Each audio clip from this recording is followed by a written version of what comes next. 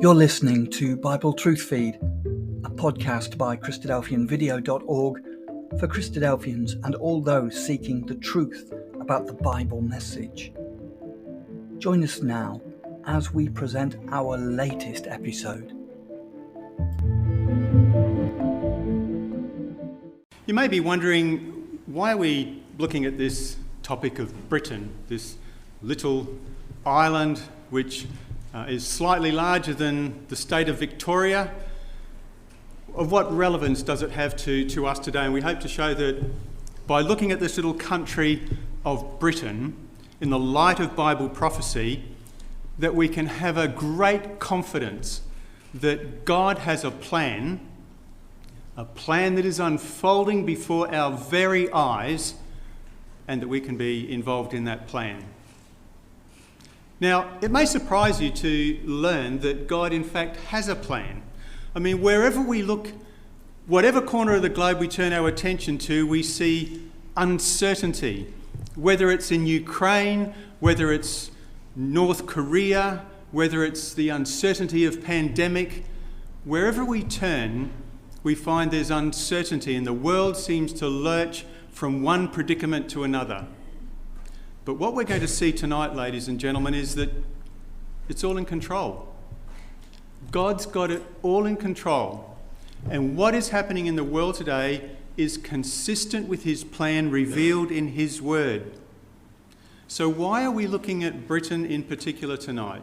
Well, quite simply this, that little country is referenced in a number of places in the Bible, and what the Bible has to say would happen to Britain, we can see coming to pass.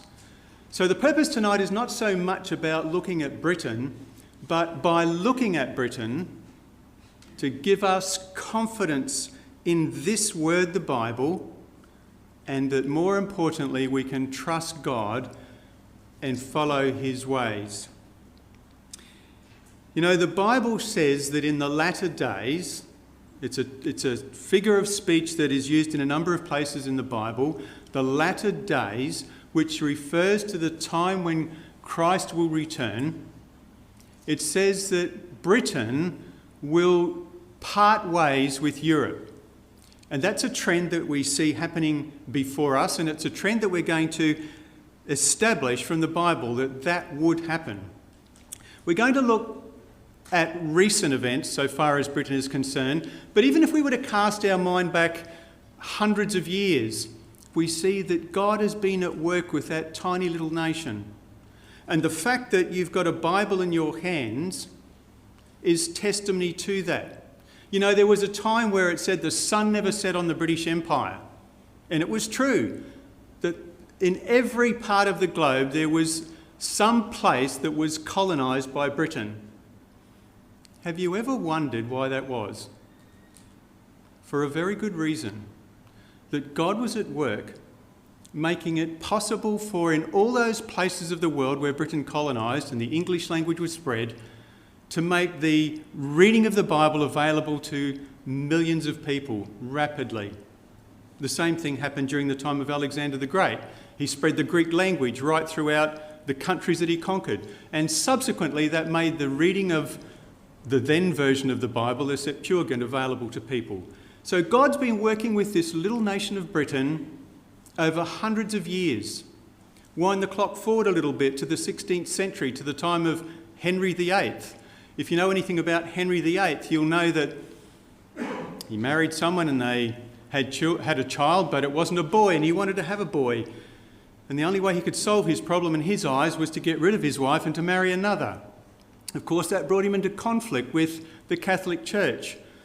So Henry solved that. He separated from the Roman Catholic Church and from its influence and remarried. And not only that, he introduced a number of significant reforms in Britain that separated it from the influence of the papacy. And we're going to see the relevance of that a bit more tonight. So we're going to begin by looking at one of the more recent events that involve Britain, something that we will all be familiar with, and that is Brexit. It was one of the most significant steps, so far as the Bible is concerned, in Britain distancing itself from Europe. Let's just remind ourselves of what Brexit was all about. It's short for British exit from what? From the European Union. On the 23rd of June 2016, seems a long time ago now, doesn't it? The United Kingdom held a referendum, and that referendum was quite simply, do we stay in the EU or do we go? And the Leave side won by by 52% to 48%. You know, that was a very surprising outcome. Both the then Prime Minister and the Leader of the Opposition were both campaigning to remain in the EU. Not only that, most of the population of Britain is centred in London, and it was known by the polls that most Londoners favoured staying in the EU. Why was that? Well, because you see, their jobs were dependent upon the relationships that they had with companies in Europe. So it seemed certain that the Leave vote would win. How did it come about that Britain voted to leave the EU?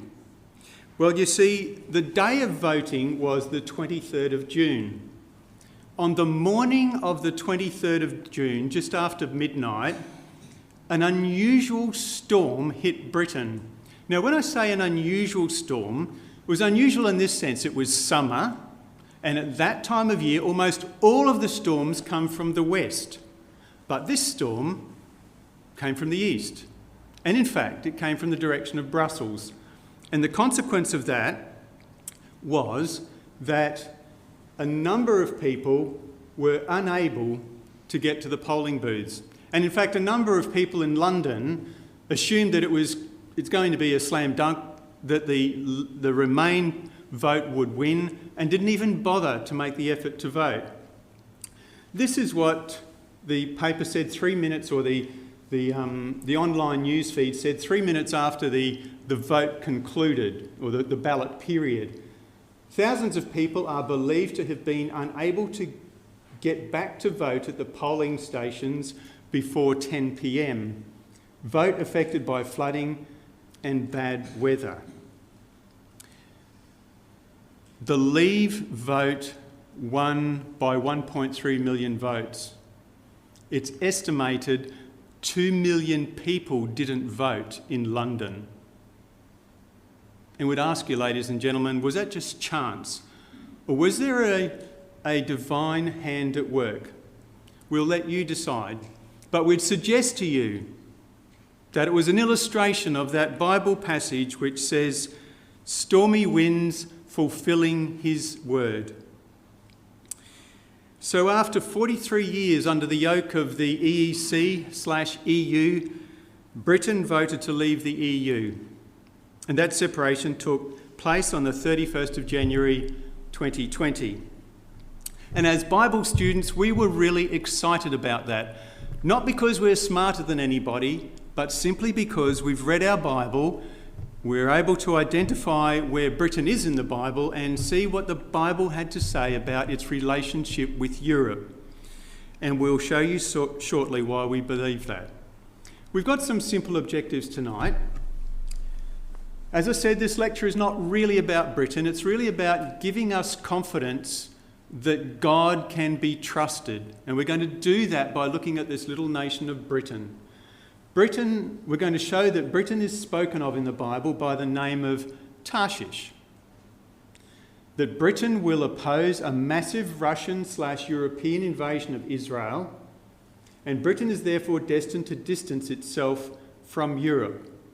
And by looking at this, we want to establish that the Bible can be trusted, and most importantly, that this plan of God that we talk about, it can involve all of us. That's the message we'd like to leave you with. So the first thing we want to do is to establish how is Britain spoken of in the Bible. We've said it's referred to by the name of Tarshish, and what we find is that there are an eastern and a western Tarshish in the Bible. Now, when we say eastern and western, we mean with respect to the country of Israel. We're going to talk principally tonight about the western Tarshish, But to begin with, we're going to have a brief look at this eastern Tarshish, just for the purposes of clarity. Now, when we look at this eastern Tarshish, what we find is that it occurs in 3 passages of the Bible, and they're all in a book of the Bible called 2 Chronicles. In the first passage we read, "And he, that is King Jehoshaphat of Judah, made ships to go to Tarshish, and they made the ships in Ezion-Geber." Now, I'm not sure if you can see on that map Ezion-Geber.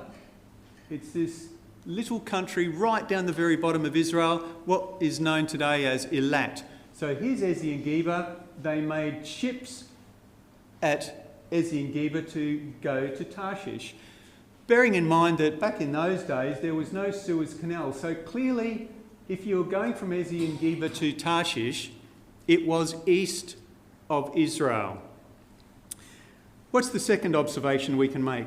The king's ships went to Tarshish, and what did they bring back from this eastern Tarshish? They brought gold, silver, ivory, apes, etc., peacocks, which are produce of India or Africa. And we believe that in fact this eastern Tarshish was India. And finally we note that in 2 Chronicles chapter 20 that the ships that were used to sail to this eastern Tarshish were destroyed by a storm, and that they were broken and not able to sail. And there's no mention of eastern Tarshish from then on. So from about 850 BC, eastern Tarshish ceased to feature in the biblical record. So what we're going to do for the remainder of the evening now is to look at western Tarshish. And we're told a lot about this western Tarshish. There's about 7 points of reference, or 7 things we're told about Tarshish that we can look at and help to identify what this country is. Now, I've put these 7 points in a particular order, and the purpose of that order is to help narrow our, if you like, options of what this country might be. So let's do an overview and just look at these 7 points. And if you'll excuse me, I need to close a little message that's coming up on my screen. So these are the 7 points. In the Bible, Tarshish, we're told, is west of Israel, a coastal land, a maritime power, a merchant power, a source of a number of metals, but the most important is tin because it was the most rare one. It was a colonial power symbolised by a lion, and it's an ally of Israel, and it's influential in the Arabian Peninsula. Quite a lot we're told about this country of Tarshish, which we believe is Britain. So we're going to step through these 7 things, and I hope you see as we step through them that we're going to narrow down the possibilities of what this country of Tarshish could be. And eventually, I hope you'll see that there's no ambiguity that it is definitely the country of Britain. So let's consider our first point. Tarshish is west of Israel. How do we know that? Well, we're told in the story of Jonah. I'm sure most of us have had Bible stories read to us about Jonah and the fish that swallowed Jonah. What you mightn't know is that Jonah was on a ship that was heading to Tarshish. And where did Jonah board that ship? Well, he boarded it at a place called Joppa, which is in Israel, and he would have headed from there through the Mediterranean Sea. So that's the first point. If you wanted to go to Tarshish, you had to go to Joppa. The second thing is, Tarshish is a coastal land. In Isaiah chapter 23 of the Bible, we read this: "Howl, ye ships of Tarshish, be still, ye inhabitants of the isle." And that word isle, we tend to think of it as thinking of an island, but the word in the Hebrew actually means a coast or island. So it could be one or the other. So that doesn't necessarily confine it to an island, but the word is used of both. It has to have a coast. So that narrows it down a little bit. The next important thing we learn about Tarshish is that it's a maritime power. How do we know that? There's a couple of passages on the screen here I'd like to direct your attention to. Wail, O ships of Tarshish, for it, that is Tyre, is laid waste. In Ezekiel we read these words, the ships of Tarshish travelled for you with your merchandise. So we're being told here that this country of Tarshish was a maritime power. Maritime both from vessels that were used for trading as well as military vessels. And what we're going to see later is that this country or power of Tarshish will remain a maritime power right up until the return of Christ. Does that describe Britain today? Well, Britain is one of the 4 countries in the world, actually the 5th now, because I think India has just released an aircraft carrier in the last week. I'm not sure whether it's operational. But nevertheless, there's only a few countries in the world that have a navy as significant as Britain. And to quote Earl Howe, the Minister of Defence in 2015, he said, "The fact that we are one of the 4 countries in the world building aircraft carriers underscores our commitment to remain engaged in the world." And you can read between the lines what that means. Another feature of Tarshish is that it's a merchant power. In other words, it makes money out of buying and selling goods and exchanging goods. And no doubt that was related to the fact that it was a merchant power as well. That it was a dominant maritime power. Its history as a merchant power goes back to at least the 8th century BC. How do we know that? Well, one of its key trading partners in the 8th century was the Phoenicians. The Phoenicians inhabited Tyre and Sidon, which is in modern-day Lebanon. And that area was, at the time, the centre of trade in the world. Now, in Isaiah 23, which we have on the screen here, God prophesied the destruction of Tyre. So Tyre is just north of Israel on the Mediterranean coast. In Isaiah 23, God prophesied the destruction of that power, and that was significant. We're going to show you why. We read these words, "The burden of Tyre, howl ye ships of Tarshish, for it is laid waste, so that there is no house, no entering in. From the land of Shittim it is revealed to them." So in other words, from this little country of Cyprus, the ships that would sail to Tarshish heard news of the destruction of Tyre. Now, why would they howl? Why would the merchants of Tarshish be sorrowful when they heard about the destruction of this city of Tyre? Well, because they traded with it. It was a source of income for them. And so when they heard of its destruction, that was going to have a significant impact upon its economy. So what is interesting is what followed. Isaiah 23 goes on to say this, "Pass ye over to Tarshish, howl ye inhabitants of the isle. Is this your joyous city whose antiquity is of ancient days? Her own feet shall carry her afar off to sojourn." So what does that mean? Her own feet shall carry her afar off. So it's talking about Tyre, and it's saying her own feet are going to carry her somewhere else. So it's talking about its role as a trading power. Its role as a trading hub would move. That was because it had been destroyed. The point of interest is where it was moved to. And as someone wrote, "Water finds its own level, so trade finds its own hub. Commerce and trade cannot be taken captive and be compelled by a conqueror to locate where he pleases." And although the Babylonians and the Greeks were successful in destroying Tyre, they had no control over where that trading hub was to move, and it moved to Britain. So as a consequence of Tarshish inheriting the greatness of Tyre, it became known in the Bible as the daughter of Tyre. Now, you might say, well, what evidence do you have to support that? Well, we're not alone in making this observation. Many historians have documented how Tyre in its time was the trading hub, and it moved successively westward until eventually it settled in Britain. This is what John Ruskin said. He wrote a book called The Stones of Venice, and he had this to say about the migration of Tyre as a trading power. Since first the dominion of man was asserted over the ocean, 3 thrones of mark beyond all others have been set up upon its sands, the thrones of Tyre, Venice, and England.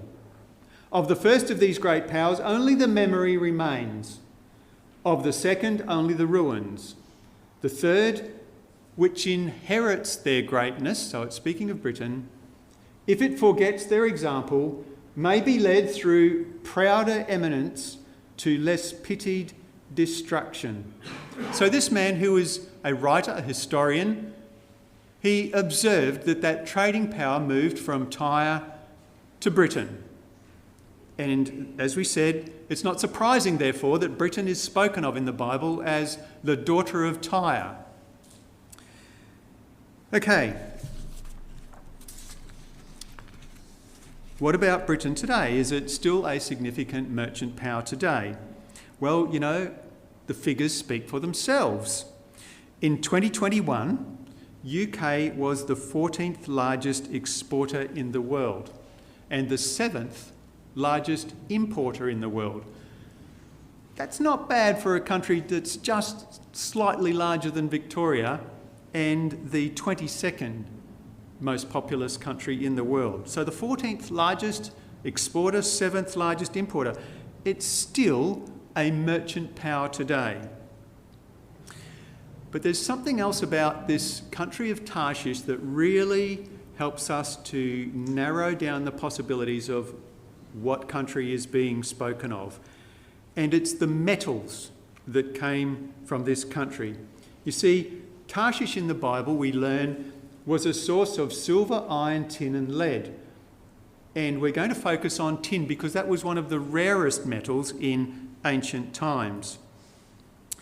Now, there are only really 3 places that fit the criteria that we've seen so far. We've seen that Tyre was a coastal land, a merchant power, a maritime power, all of those things.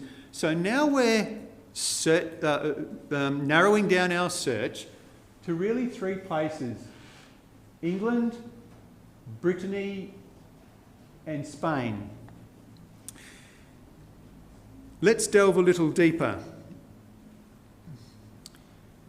There's a number of historians that have written about the sources of tin in ancient times. One of them, there was the American, or Cleland. Let's begin with Cleland's words. He says, in early Bronze Age, Spain was the principal source of tin. However, later, tin deposits in Cornwall, for those of you that don't know, is in the very south of England.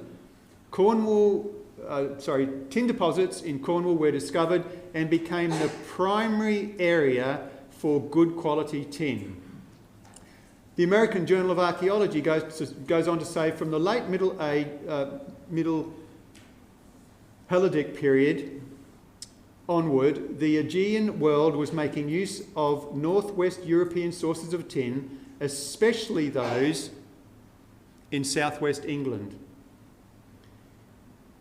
The History of Ancient Geography Among the Greeks and Romans by Edward Bunbury had this to say: at a somewhat later period, but still long before the time of Herodotus, it is certain that the principal, if not the sole, source from which the tin used by the nations of the Mediterranean world was supplied was from certain islands in the Western Ocean known as by the Greeks as the Cassiterides, or Tin Islands. Now, in this little map we've got here, I know it's a crude map, but you can see those tin islands depicted off the coast of France. So we've really only got a couple of options now, France and Britain. But here's the clincher.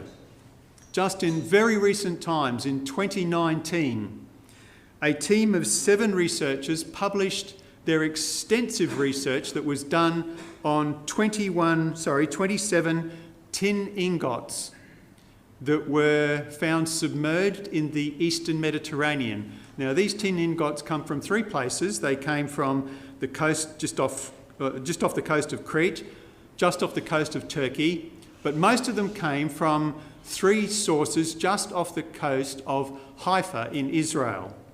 So what they did was they got these tin ingots or blocks of tin, and they subjected them to various chemical and other radiological tests, and from that they were able to compare the properties of the tin found in the Mediterranean with the tin that came from various other parts of the world. So you can see their research was very extensive.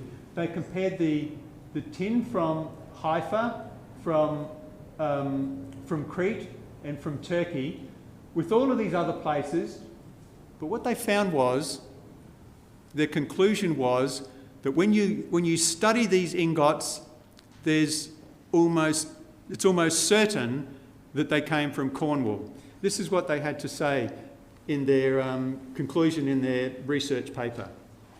With the help of tin isotope composition and the trace elements of the object, it is further possible to exclude many tin resources from the European continent and, considering the current state of knowledge and the available data, to conclude that Cornish tin mines are the most likely suppliers to the 13th to 12th century tin ingots from Israel.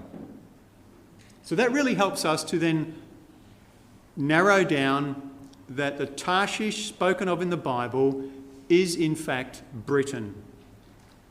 But there's more that we'd like to share with you. Our next clue comes from the fact that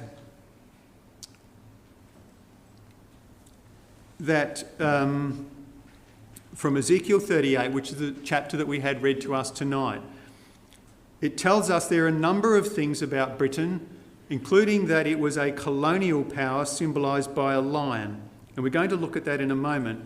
But for a few minutes, we're going to have a look at the context of this chapter so that you feel more comfortable with understanding the background of it and what we're talking about. So the purpose of going to this chapter is to look at another characteristic of Tarshish, but we're going to also see that this chapter has a relevance beyond that.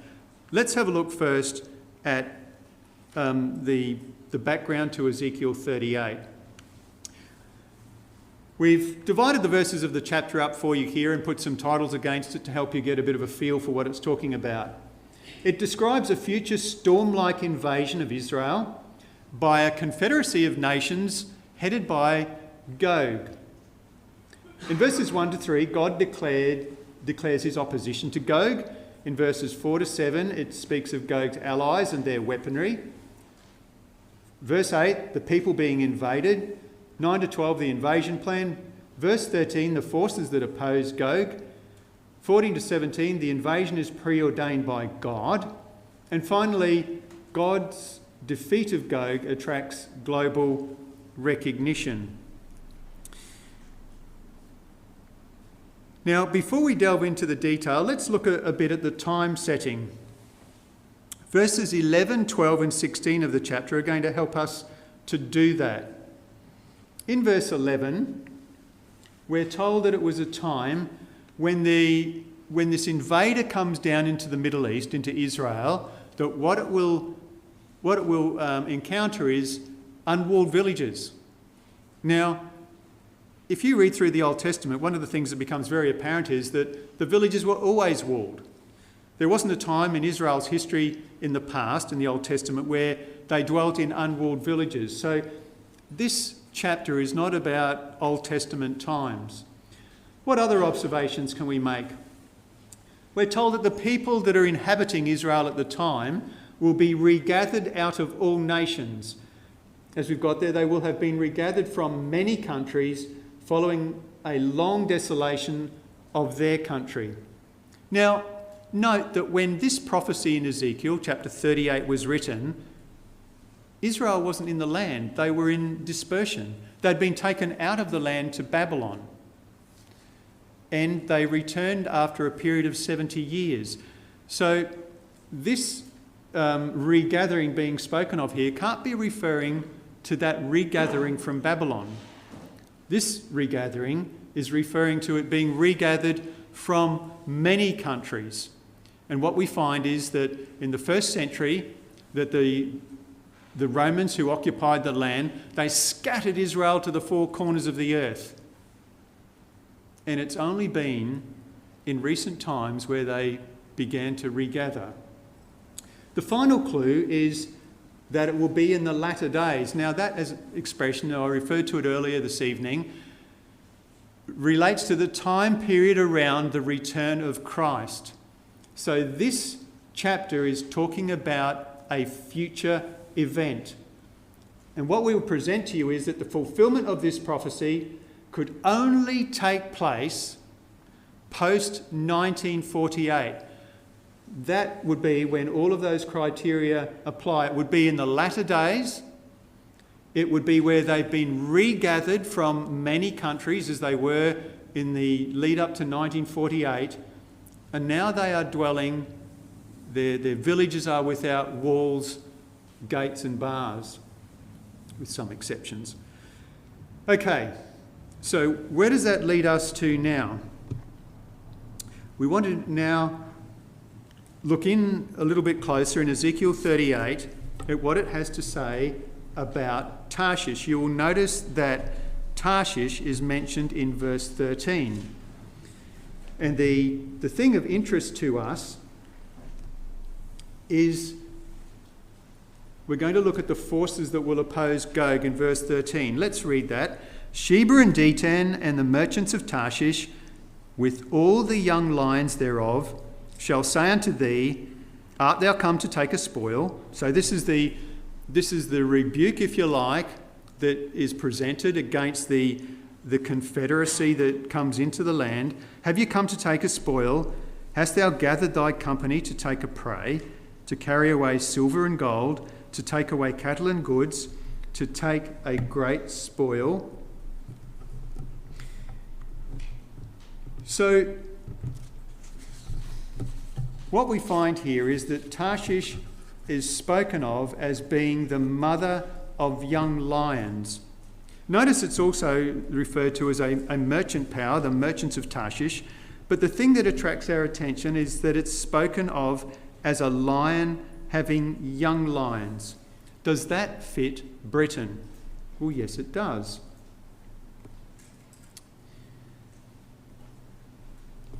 There's a number of things here that depict, that have reference to Britain, its royal arms, its royal coat of arms, even its coins, its heraldry, and even if you go to Trafalgar Square, you'll see it's filled with very large lions. The lion has always been the symbol of Britain. So the question then remains, well, if the lion is a symbol of Britain, who then are the young lions? Now, one of the useful things about the Bible when we're trying to understand a phrase is to look at where else that phrase has been used in the Bible. So when we ask ourselves the question, who are the young lions in Ezekiel 38? What we should do is to see whether that expression is used anywhere else in the Bible, and it is. And what we find is that in Ezekiel 19, it uses that expression of young lions, and what we learn from this is that it refers not to whelps or cubs. It's talking about lions who were able to live independently, lions that were able to attack and to kill and to catch prey. So the young lions here are countries that have been colonised by Britain and retain an allegiance to her, even though they may have gained their independence. And such countries would include the Commonwealth nations such as Australia, Canada and New Zealand. And of course that's our title tonight, Britain and the Commonwealth in Bible prophecy. So here we have it here in Ezekiel chapter 38 and verse 13, a reference to Britain and the Commonwealth nations and others as well that have been colonised by Britain. So that's how the Bible presents Britain. It is referred to as Tarshish, and those countries that it has colonised and remain in allegiance with Britain are the young lions. Now, it's interesting that Britain is depicted as a mother lion both biblically and historically. Have a look at this. This is a World War I poster on the left-hand side here, which was encouraging countries to support Britain in her war in Europe in World War I. And it says this: "The empire needs men. All answer the call, helped by the young lions. The old lion defies his foes. Enlist now." And you can see, of course, those countries that are listed there: Australia, Canada, India and New Zealand, all countries that have been colonised by Britain and remained in allegiance to it. What was interesting is that when the Leave vote won, this was the front page of the Daily Express. "The British lion roars for Boris and Brexit." Isn't that interesting? That people recognise, even today, that the lion is associated with the identity of Britain. So, our subject tonight, the destiny of Britain, has a much greater relevance to us than just identifying that Britain is spoken of as Tarshish. What we're hoping to show that what the Bible has to say about Britain gives us confidence that we can trust it and give us incentive to seek out God and his plan. There's just one other point of identification that we want to look at of Britain that we want to draw your attention to, and that's this. It's pretty obvious from the fact that when this power-styled goad comes down into the Middle East, it's going to be opposed by Britain and the young lions. So whether we like it or not, Australia is going to be involved in this conflict. Australia is going to be involved in this future conflict that we read of in Ezekiel 38. It's going to involve a huge number of countries. Now, what we learn is that Tarshish will be confederate with not only the young lions, but some other countries there, styled in verse 13, Sheba and Dedan. Before we look at Sheba and Dedan, what we want to do is to briefly look at Israel's relationship with Britain. I'm going to read to you a passage here that was written by a Christadelphian author, and I'd like you to note the date when this was written. It wasn't written in 2020. It was written over 150 years ago, before Brexit, before World War I and World War II. And this is the observation that the author made by reading his Bible. "I know not whether the men who at present contrive the foreign policy of Britain entertain the idea of assuming the sovereignty of the Holy Land." Now, bear in mind, there was no Israel at the time when this was written. In 1848, Palestine was occupied by a handful of Turks, agriculturalists. It was fairly sparsely populated, very few Jews when this was written. But this is what he says: "I don't know what the current foreign policy is of this country, but I can tell you what it will be." He says, "And of promoting its colonisation by the Jews. Their present intentions, however, are of no importance one way or the other, because they will be compelled by events soon to happen, to do what, under existing circumstances, heaven and earth combined could not move them to attempt. He didn't know that Britain was going to sign the Balfour Declaration. He didn't know that Britain was going to have a mandate over Palestine that lasted for decades. He read his Bible and he knew that Britain, and we don't have time to look at it tonight, Britain would be involved in recolonising Israel in the land. In other words, Britain would assist in the regathering of all the Jews back to the land. And essentially what happened was Britain was responsible for establishing a homeland for the Jews in Israel, not the Northern Territory as one of the contenders for their homeland would be, or not in Nigeria, but in the land of Israel. They established a homeland for the Jews. World War I led to the creation of that homeland, or made it possible, and World War II drove them there, following the persecution by Hitler. So, Britain has been involved has had a relationship with Israel that goes back at least 50 years. What about these other countries that are mentioned in verse 13, Sheba and Dedan?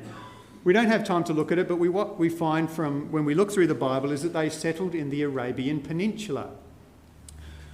What evidence is there to support the claim that Britain has a relationship with Sheba and Dedan in the last days? We'll have a look at this. Before we look at Sheba and Dedan individually, Britain and the Arabian Peninsula. And this is dated June 2022. The Trade Secretary launches free trade negotiations between the UK and the Gulf Cooperation Council, made up of Bahrain, Kuwait, Oman, Qatar, Saudi Arabia and the United Arab Emirates. And it talks there about the purpose of this free trade agreement between Britain and the Arabian Peninsula. It's got a great interest in that part of the world. Why? Because it's a maritime merchant power. It relies on shipping. If you interrupt the trade through the Red Sea or the Suez Canal, it cuts Britain's throat. So it's why over many decades Britain has maintained a very strong relationship with both Saudi Arabia and Oman. We only need to look back at 2012, David Cameron, the then Prime Minister, Theresa May, 2018, Boris Johnson, 2022. They all make a visit to Saudi Arabia or have Saudi Arabia visit them. Same with Oman. There's pictures here of various dignitaries, the Queen, Prince Charles, visiting the Sultan of Oman. And in fact, when you look back and do some research, what you find is that Britain basically paid 50% of the wages of the King or the Sultan of Oman. Why? Because of this waterway and this waterway. Britain wants to have control of the countries around those waterways. What about Yemen? Yemen's been at war for something like 30 years. How's Britain been involved in trying to control circumstances in Yemen? Well, this little symbol says it all. Britain has been providing planes and bombs to Saudi Arabia for decades to participate in the war against the Yemenites, against those that are trying to overthrow the government. And I did have some statistics here. For example, over a 3-month period in 2015, the value of exports of British-made bombs and missiles increased by 11,000%, from 9 million to 1 billion. That was the quantity of weapons that Britain was providing to Saudi Arabia in its war against Yemen. Why? Because Britain wanted Saudi to be the victor in that war. So, what have we seen so far? That Britain and those confederate nations referred to in the Bible we've established that Britain and the nations confederate with it are styled Tarshish and the young lions. What we want to do now is to look at what the future of Britain is, what we can expect Britain to do as revealed in the Bible. So far we've confined our attention in Ezekiel 38 to Tarshish, the young lions and the nations confederate with Britain.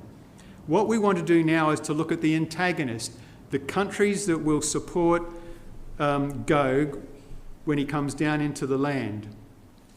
Let's begin by considering the protagonist of Rosh.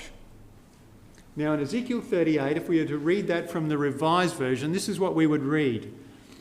And the word of the Lord came unto me, saying, Son of man, set thy face toward Gog, the land of Magog, the prince of Rosh, Meshech, and Tubal. We're going to quote to you from 3 historians, just to show that we have consulted a number of references here. We're going to look at actually 3 historians and someone more recently, a Russian, a German, and a French historian. So let's begin with Gregov. You might guess by the sound of his name that he's Russian, and you'd be right. He wrote a book called Kiev Rus. You might recognise Kiev, it's the capital of Ukraine. And concerning Kiev Rus, which is this territory shown shaded here, he had this to say, Kiev Rus was for a long time known among the Greeks as Scythia or Tauro-Scythia. And these Tauro-Scythians call themselves Rus. Okay, so that's our first observation from this Russian historian. What about Gesenius? Now, Gesenius is one of the most famous students of the Hebrew text. He had this to say, Rosh is undoubtedly the Russians. In the interest of time, we won't read the rest of the quote, but that is his conclusion. And he says, well, I will give a little bit more detail. He says that they were dwelling on the river Ra, or Volga, which I've highlighted there in that sort of pale orangey colour. And finally, Bocart says this. Bocart was a French historian. Ross is the most ancient form under which history makes mention of the name of Russia. And one final quote from someone more recent, from Vladimir Putin. And this is very insightful. This is what he has to say. Russians, Ukrainians, and Belarusians are all descendants of ancient Rus, which was the largest state in Europe. Slavic and other tribes across the vast territory from Ladoga, Novgorod, and Pskov to Kiev and Chernigov were bound together by one language, which we now refer to as Old Russian. Economic ties, the rule of the princes of Rurik dynasty, and after the baptism of Rus, the Orthodox faith. Why did he write this book called The Historical Unity of Russia and Ukraine? Pretty obvious. He thinks they should all be one again. And he's basing his argument on the fact that they were all one power. So what I'll do is just superimpose upon this map a map of modern-day Ukraine, and you can see why Mr. Putin thinks he's got an entitlement to be there. Because he says religiously and also historically, it belongs to me and I'm going to take it. That's the Rosh of verse 2 of Ezekiel chapter 38. Undoubtedly the Russians. What about the other countries that are mentioned? Magog and Gomer. We're going to make some statements about Magog and Gomer. We'll ask you to understand we don't have time to establish this tonight, but we can provide you with references to support what we're about to say. The Magogites migrated from north of the Baltic Sea, even to the Baltic, and were above the Galatay. And I'm quoting here from historians. Magog therefore comprises Central Europe. The descendants of Gomer were known as Galatay or Galatians and migrated to France, Holland, Belgium, below Magog. And it's interesting to note that in 1844, the King of France, who was Louis Philippe, visited England in a vessel named the Gomer. So that's very interesting.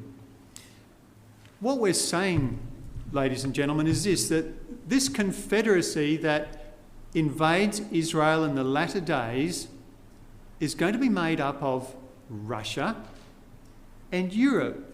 Does that seem surprising? If you ask people today, on what terms is Russia with Western Europe, they'd say, well, not real good terms. And we can make that observation ourselves. I mean, Russia is threatening to cut off gas to these European nations. So to stand here and to say that one day Russia is going to be confederate with Western Europe in invading Israel is a big statement. Some would say that's laughable. And you might ask, well, how is that going to happen? What is it that's going to change enmity between Russia and Western Europe to cooperation and a confederacy? And the answer is religion, the Roman Catholic religion. That is what will bind these two currently disunited parties together. That's what the Bible says. So we look with interest at Bible students as to the influence that the papacy is happening and the coming together of the Russian Orthodox religion and the Roman Catholic religion, making overtures to one another after many centuries of being apart. That's another subject in itself. So, we've looked at these two principal countries of Rosh and Gomer and Magog. Might just go back for a moment. So let's pause and consider.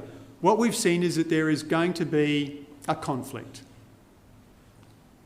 That Britain is going to come into collision with Europe. And on account of that, we're saying that we expect Britain and Europe to part ways. Now you might say, that's nothing new. That happened in World War I.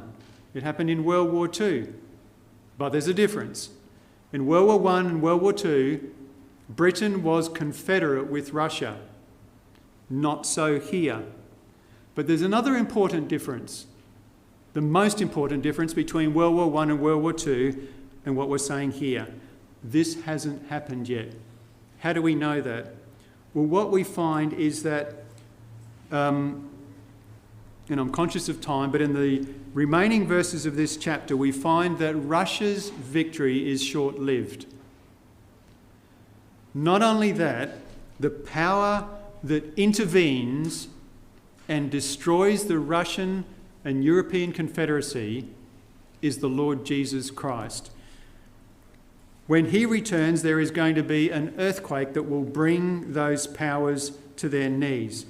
Now, I'd like to just direct your attention to verses 19 and 20 of Ezekiel 38. This is how God is going to bring an end to the Russian power. For in my jealousy and in the fire of my wrath have I spoken. Surely in that day there shall be a great shaking in the land of Israel, so that the fishes of the sea and the fowls of the heaven and the beasts of the field and all the creeping things that creep upon the earth and all the men that are upon the face of the earth shall shake at my presence.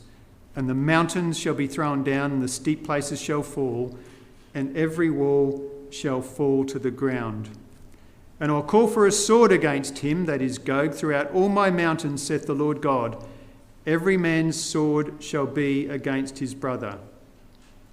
And as a result of that conflagration, as a result of God's use of natural forces, the Russian power will be destroyed. If we had time, we could turn to a parallel record of this in Zechariah chapter 14. We might just do that. We've got a couple of minutes. Let's go to Zechariah chapter 14. It's towards the end of the Old Testament. We're going to read of a parallel account of what we've just read, of divine intervention used to destroy Gog. Zechariah chapter 14, verses 1 to 4. Behold, the day of the Lord cometh, and thy spoil shall be divided in the midst of thee. For I will gather all nations against Jerusalem to battle. The city shall be taken, and the houses rifled, and the women ravished, and half of the city shall go forth into captivity, and the residue of the people shall not be cut off from the city. Then shall the Lord go forth and fight against those nations, as when he fought in the day of battle, in other words, in Old Testament times.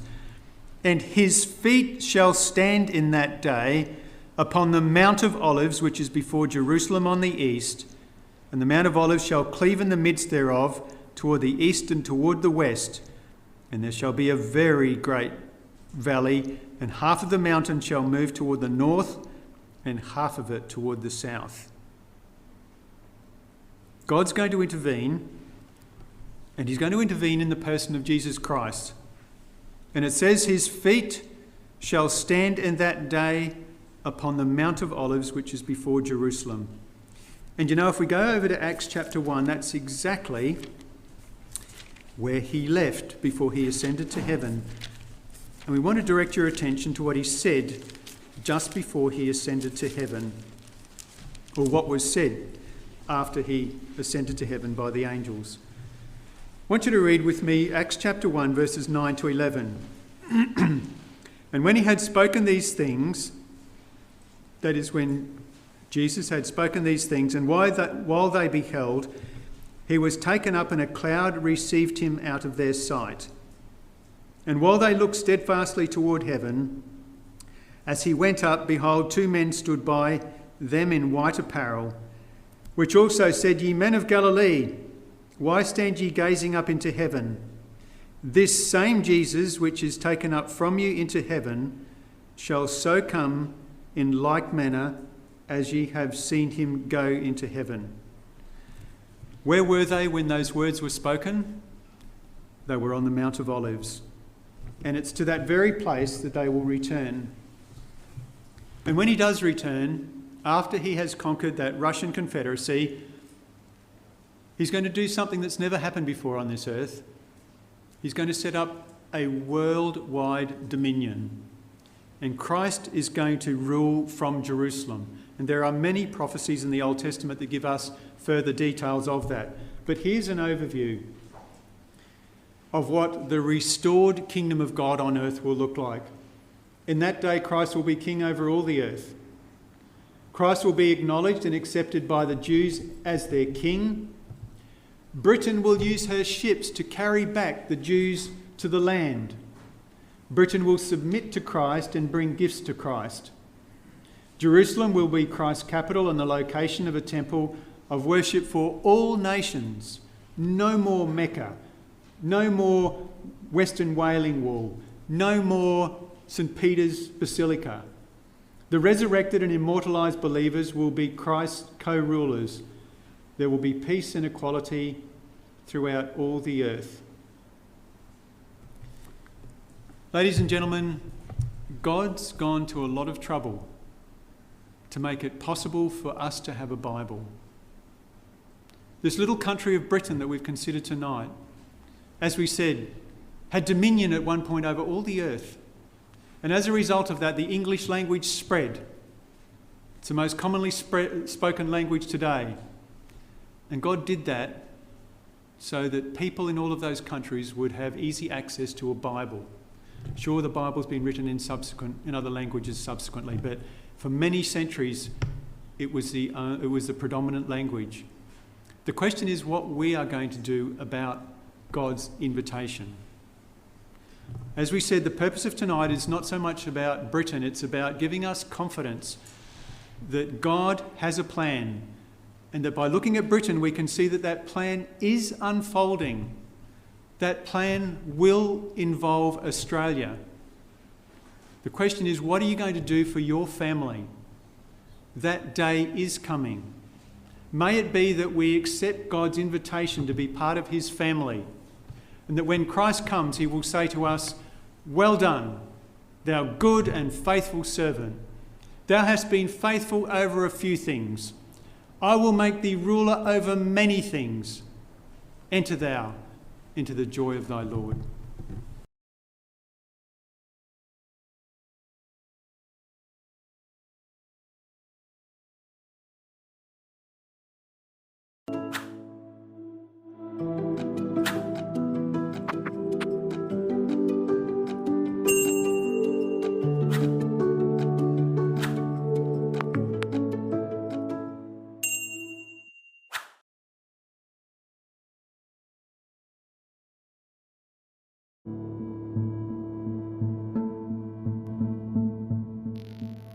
Thank you for joining us. We hope you found the episode helpful.